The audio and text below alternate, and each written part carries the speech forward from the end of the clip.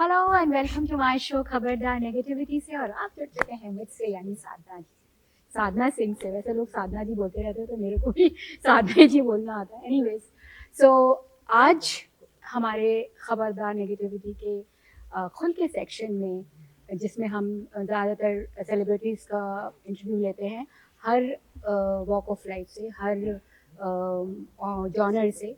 तो आज हमारे साथ एक इंटरनेशनल स्टार हैं और हमारा सौभाग्य है कि वो आप हमारे साथ हैं। वो लंदन बेस्ड हैं और इस वक्त हिंदुस्तान में आए हुए हैं।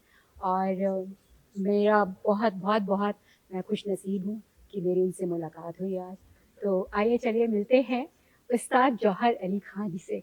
नमस्कार। नमस्कार। बहुत बहुत धन्यवाद आपने मेरे शो में शिरकत करने की हामी भरी। Thank you so much. आप लंदन से आए हैं सीधा सीधा।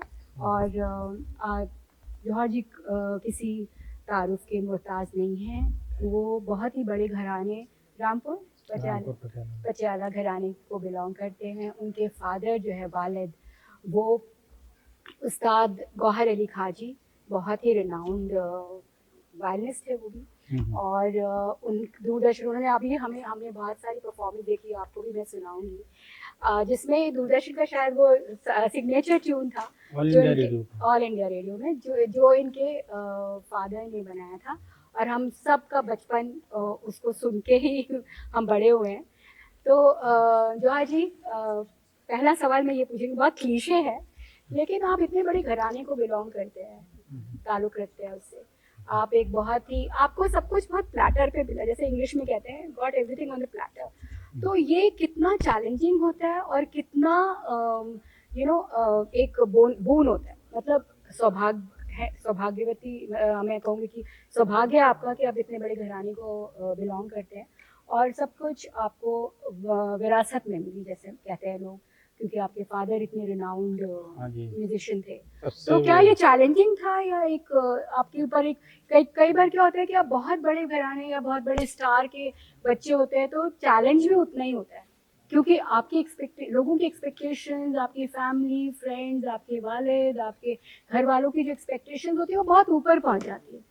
लेकिन अगर आप उस एक्सपेक्टेशन तक नहीं पूरा करते तो आपको डिप्रेशन होता है, आपको बुरा लगता है कि भाई मेरे वालिद इतने बड़े रिनाउंड वो हैं और मैं उन तक क्या पहुंच पाऊँ। तो ऐसा कुछ था क्या आपके साथ? देखिए, सबसे पहले तो आपको नमस्कार, और आपके जो भी आपका चैनल है खबरदार नेगेटिव से बोल दीजिए। देखिए, सबसे पहले मैं कोई सेलिब्रिटी भी नहीं हूँ और ना मैं कोई, डोंट ट्रीट मी लाइक नहीं, but that is very very very humble of you to say that, but I am just a performer और स्टिक मैकी ने हमें यहाँ भेजा है जी। दूसरी चीज़ ये है कि मेरे पिताजी 32 ईयर्स पहले ही उनको स्वर्गवास हो गया था जी। तो ये विरासत तो हमें नाम से मिली थी, हमें बहुत संघर्ष करना पड़ा अपने स्वरों को एकत्र करने के लिए। लेकिन ये है कि एक नाम है हमारे, जो we are representing a music family which is very renowned and big. Lot of many of renowned artists belong from my family घराना। तो वो तो है, लेकिन उसको कंटिन्यूशन में हम रखे हुए हैं, वही बहुत। तो आप सबसे बड़े सुपुत्र थे, आपके लिए जिम्मेदारी ज़्यादा थी या बाकी जो आपके सिबलिंग्स थे या आपके भाई बहन थे, क्या उन पे भी जिम्मेदारी, क्योंकि आप सबसे बड़े सुपुत्र थे तो शायद जिम्मेदारी आप बड़ा होने के नाते जिम्मेदारी भी बड़ी थी जी। और भी जो हमारे से छोटे हैं वो they are also very renowned musicians. वो दुबई में हैं, कोई कुवैत में है, मैं आजकल इंग्लैंड में काम कर रहा हूँ। वैसे तो हमारा होम टाउन दिल्ली है। तो हम मुझे ना हिंदुस्तानी म्यूजिक, भारतीय संगीत बहुत अच्छा लगता है।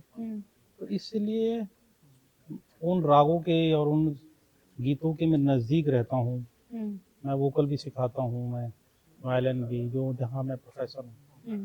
तो ये एक विरासत है जो हम इसको कंटिन्यू रखे हुए जी। जौहर जी, एक चीज़ और मैं पूछना चाहूँगी कि आप जैसे कह रहे थे कि आप लंदन में बेस्ड हैं, आपके भाई बहन कोई दुबई में है, कोई कुवैत में है, कोई, तो हिंदुस्तान, जैसा आपने अभी कहा कि हिंदुस्तान जो है वो बहुत सारे रागों और बहुत ही उम्दा जो म्यूज़िक है उसका समावेश है, समन्वय है जिसे मैं कहूँगी। तो आपने बाहर क्यों चुना बसने के लिए? आप हिंदुस्तान में क्यों नहीं बसे? क्योंकि काफ़ी साल मैं यहीं रहा, मैं ऑल इंडिया रेडियो में भी काम करता था, और अभी भी हम पूरी तरह बाहर के नहीं हैं, तो हम इंडियंस हैं और इंडियन ही बने रहते हैं। वहाँ हमें काम मिल गया है, अच्छा, तो वहाँ चले गए। तो हिंदुस्तान में काम नहीं था? हिंदुस्तान में भी बहुत काम है, हाँ, जो वहाँ पर भी हमें एक मौका मिला तो प्रचार करने का अपना संगीत, उन्होंने हमें रिस्पेक्ट दी। तो जहाँ संगीत को प्यार करते हैं हमारे, हम वहाँ चले जाएंगे वापस, तो हम यहाँ आते जाते रहते हैं, ये तो हमारा घर है। जी घर जी से बाहर भी जाता है ना इंसान। जी, घूमने के लिए। हाँ जी, वो ऐसी है। जी जी जी। अच्छा, एक और चीज़ मुझे पूछनी थी कि जैसे आपको तो विरासत में मिली, आपने कहा कि आपके वालिद साहब बहुत पहले उनका स्वर्गवास हो गया था, तो स्ट्रगल आपका काफ़ी बड़ा रहा और एक्सपेक्टेशंस ऑफ कोर्स आप उस पे उतरे, खरे उतरे, क्योंकि स्ट्रगल किया आपने और उसको अभी विरासत को अभी जिंदा रखा। अभी नॉट खरे, अभी वो बहुत दूर जाना है। स्ट्रगल इज गोइंग ऑन, संघर्ष इज Okay. Going on. नहीं, बट अभी मैंने सुना आपको यूर ऑसम, बहुत ही ज्यादा नहीं, उम्दा अभी तो वायरनेस से आप। शुरुआत है।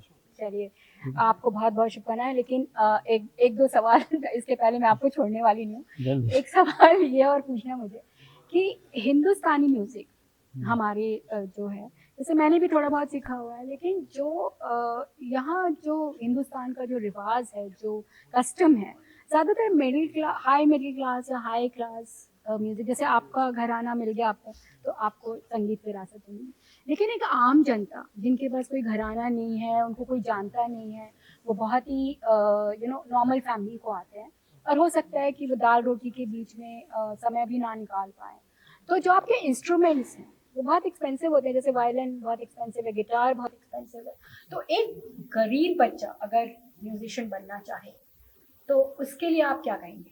जी, ये बहुत अच्छा सवाल है कि music for the everyone. Yes, music is for everyone. हाँ, गरीब अमीर इसमें कुछ नहीं है, और हम सबको सिखाते हैं। हमारा क्लास चलती है दिल्ली में, म्यूजिक एंड आर्ट्स मूवमेंट हमारी क्लास चलती है, और हम फ्री इंस्ट्रूमेंट प्रोवाइड करते हैं। सीखने का एक उर्दू में है ना, जज्बा होना चाहिए।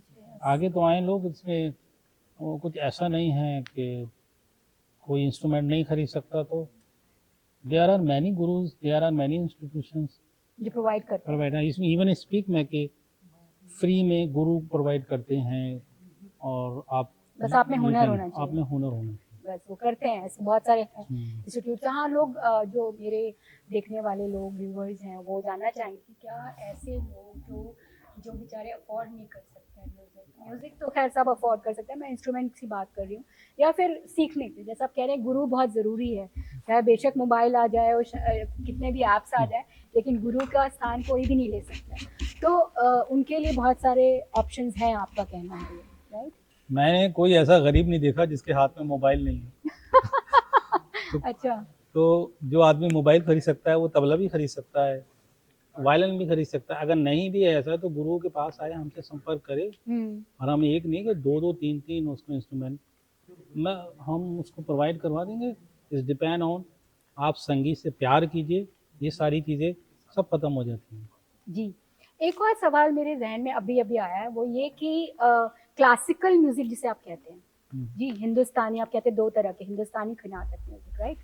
तो जो क्लासिकल म्यूजिक है उसका जॉनर जो है अलग है, उसके बहुत चाहने वाले भी हैं, जैसे मैंने क्लासिकल म्यूजिक बहुत थोड़ा बहुत सीखा है, but I love hearing you, और मुझे बहुत अच्छा लगा जब मैं आपको सुन रही थी, लेकिन उसकी जो संख्या है वो कम है।